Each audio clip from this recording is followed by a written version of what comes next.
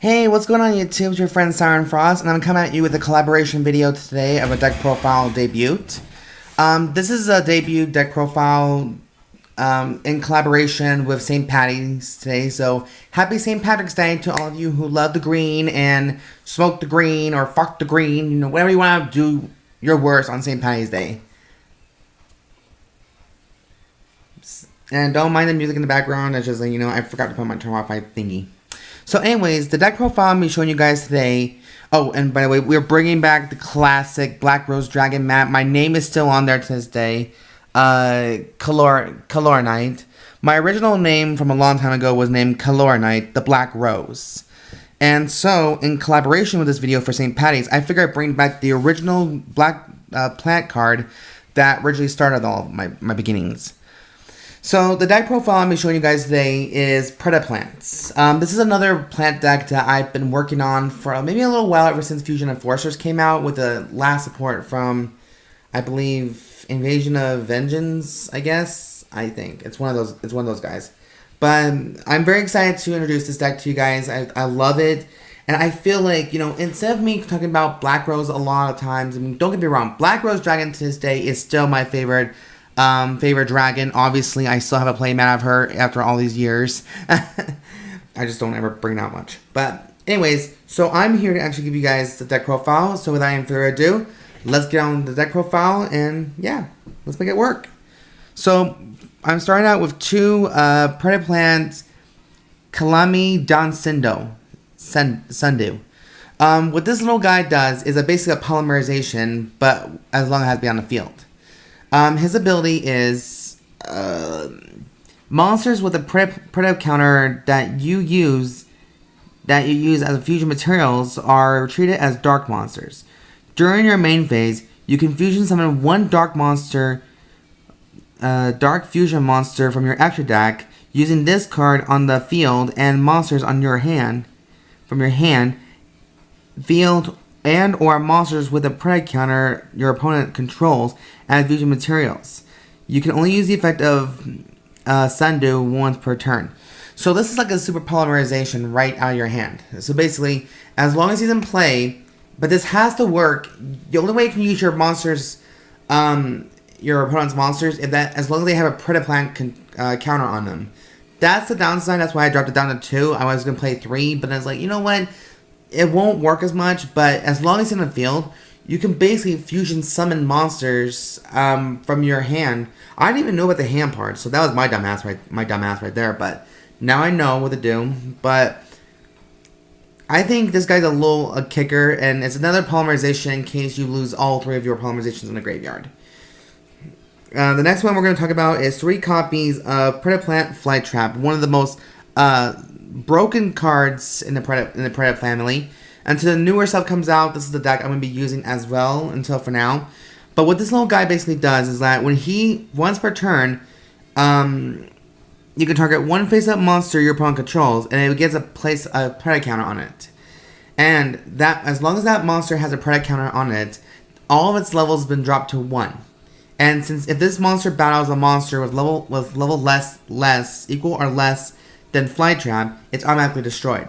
And then Flytrap's level will increase to the original level of the destroyed monsters. So this can work for you in synchroing as a tuner kind of thing, but you know, I don't know how levels go with this one, but I think mainly this guy is mainly for synchro summoning or exceed summoning. You know, you can do whatever you want. Plant types back in the day were always very versatile, and they still are to this day. Next, I'm playing 3 copies of Spinodionaea. Spinodionaea is probably like the only 1800 attack monster in the Predaplant family. But what he basically does is when he's normal special summon, I can place a Predator counter on your opponent's monster. Same rules applies, drop all his level down to 1. However, this little guy has an ability that is different. After damage calculation,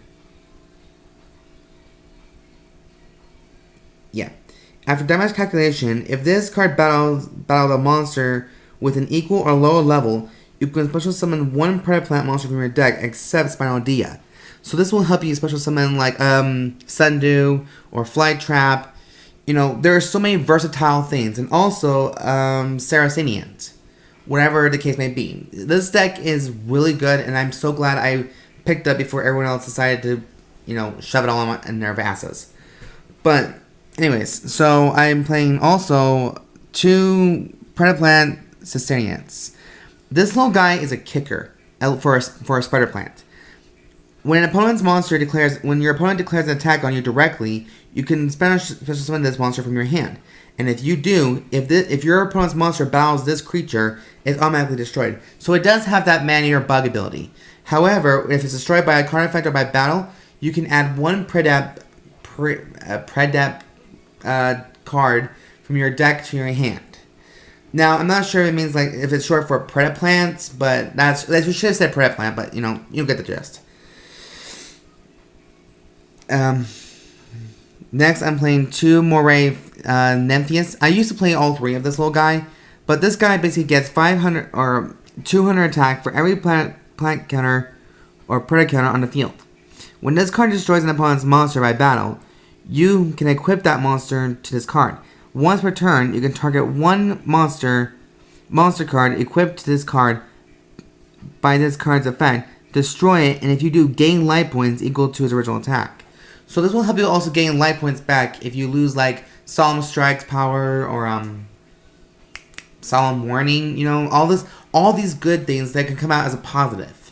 Now, it may have some bad damages if you have Reficule on the field, so that may be a little bit bad. I'm playing 1 Drosophyllum Hydra. I was thinking about writing 2, but then I realized, I hardly ever will get this effect off easily. But this card is a very versatile one. If your opponent's monster has a Predator counter on it, you can basically tribute it to special summon Hydra. And its other effect is, let me hurry and just pull it up right here, because I'm blind as a bat here. Once per turn this way. During either player's turn, if this card is on the field or in the graveyard, you can banish 1 other Predaplant monster from your graveyard, then target 1 face-up monster on the field. It loses 500 attack. It loses 500 attack. So, it can reduce a lot of your opponent's great moves, especially if you're playing Chimerafflesia. So, that's it for the Predaplant family. And now we're on to support cards. I'm playing 1 Global just because this is mixing with tuners as well. So, she's in here for tuning. Same goes for Spore. 2 Naturia Rosewhips. As long as she's on the field, your opponent can only activate 1 spell or trap card per turn. So, as long as there are 2 on the field, you're basically locked down for that one. Unless they have a Dark Hole or Raigeki, all that bullshit. And then finally, we're playing 2 Debris Dragons. Because the Debris Dragon will help you get out Black Rose Dragon, Crystal Wing, Clear Wing, Trishula. Any dragon type synchro monster you could think of, this will handle it. So, I'm actually very happy. Like, I can't tell you enough how much I'm happy to actually build plants again. I mean, it's been 6 years since I've done the last deck profile Black Rose? I don't know. It was during over the years, but still. I love this deck. To be honest with you, I'm really starting to like this. It has a mixture. It's a very versatile, for Fusion, Synchro, Xseed. It's are you crazy? Yes, I'm crazy. Now, for spells, I'm playing 2 Predaprunings. This is an equipped card that allows you to bring back 1 Predaplant monster from your graveyard. So when this card leaves the field, that monster goes to the grave as well.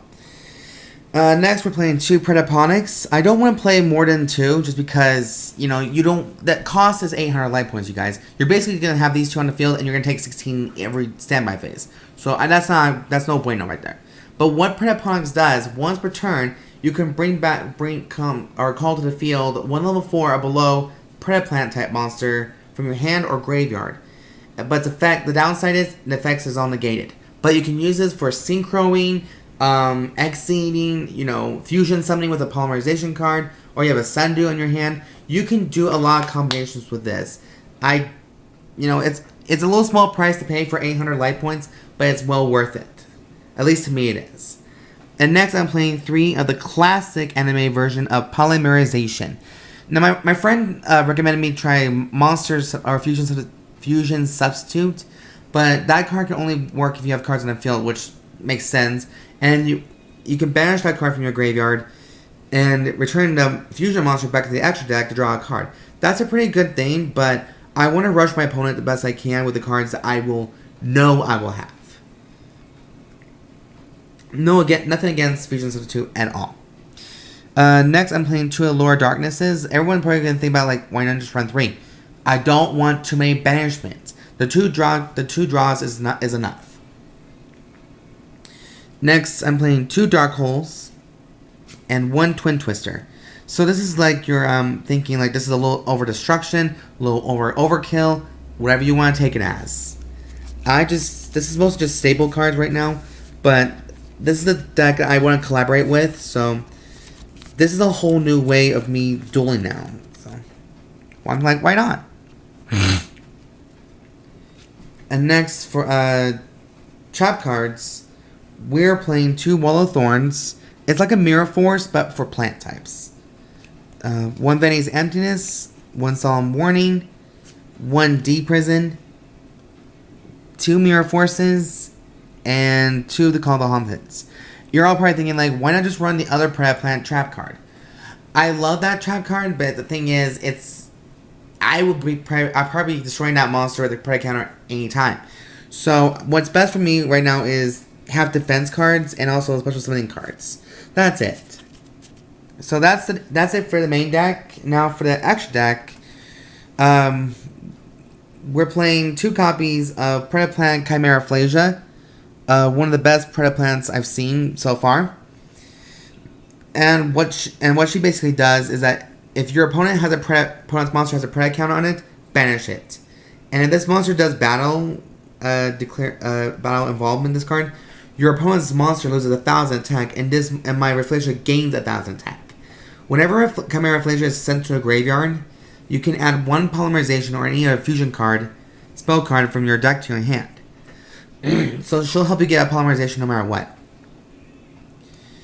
Next, we're playing 2 Starving Venoms, one of the Dimension Dragons. And I just love this guy effect. I just can't go over the numbers of it. All I know is that when she's fusion summoned, you can target one of your opponent's monsters, level 5 or higher monsters, and gain their name, power, and abilities for that 1 turn. And then, if it's destroyed by any way, you can destroy all your opponent's monsters, which I think is a kick-ass thing. And next, we're playing 2 copies of the cross-ride version of Starving Venom, Greedy Venom. What Greedy Venom does is, must be first fusion summoned. Once per turn, you can target 1 face-up monster on the field. Until the end of this turn, change that target's attack to 0. Also, that target has its effects negated. If this card is destroyed and sent to a graveyard, destroy as many monsters on the field as possible. Then you can banish 1 level 8 or higher dark monster from your graveyard to special summon this card from your graveyard. So like a revival jam, but with a big cost. Next, for Synchroing, we're playing 1 Trishula, 1 Moonlight Rose Dragon, Clearwing, another Dimension Dragons, its form Crystal Wing, Red Dragon Archfiend, Scarlight Red Dragon Archfiend, Hyper Librarian, Accel Synchron, and then finally the last dragon, Dark Rebellion XYZ Dragon. So there's a lot of staple cards in here you can create, and this deck is very versatile enough to handle all this.